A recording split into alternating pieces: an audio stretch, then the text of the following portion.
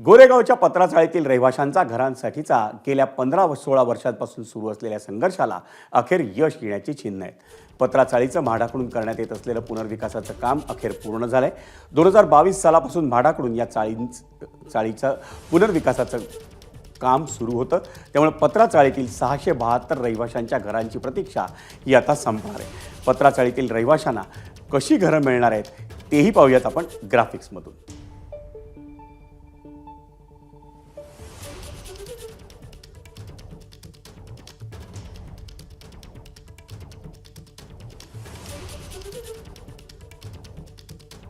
पत्राचाळीच्या जागेवर 16 इमारतींची उभारणी झालेली आहे। 650 चौरस फुटाचं घर आणि 117 चौरस फुटांची अतिरिक्त बाल्कनी असं घर त्यांना मिळणार आहे। 2500 चौरस फुटाच्या 2 कम्युनिटी हॉल्सची देखील उभारणी करण्यात आलेली आहे, त्यामुळे रहिवाशांना त्याचाही वापर करता येईल। दुमजली पार्किंग, जिम, मेडिटेशन सेंटर आणि मुलांना खेळण्याची सोय उपलब्ध राहील। प्रत्येक विंगला 2 लिफ्ट असतील आणि 1 जिनाही आहे।